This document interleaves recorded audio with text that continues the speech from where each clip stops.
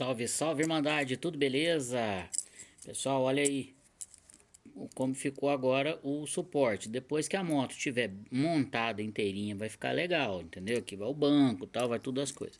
Olha, só para vocês terem ideia, já tá tudo funcionando, ó. Já instala aqui, ligo aqui, eu posso ainda prender aqui, ó. De boa. Aqui ela tá ligada. Aqui eu desligo, prendi ela na bateria aqui, ó. Já ficou de boa, ficou bem firme. Aqui quase não molha, entendeu? Então ficou bem legal. Gostei do resultado. Lembra que eu tirei do console? Eu falei que ia tirar do console. Já passei toda a instalação pra cá. Ligou, né? Ligou da partida lá em cima. Para desligar, aqui ó, tirou aqui, puxou, já era. Ou se quiser também pode deixar até pendurado aqui, porque ela não sai. Mas mesmo assim eu acho legal.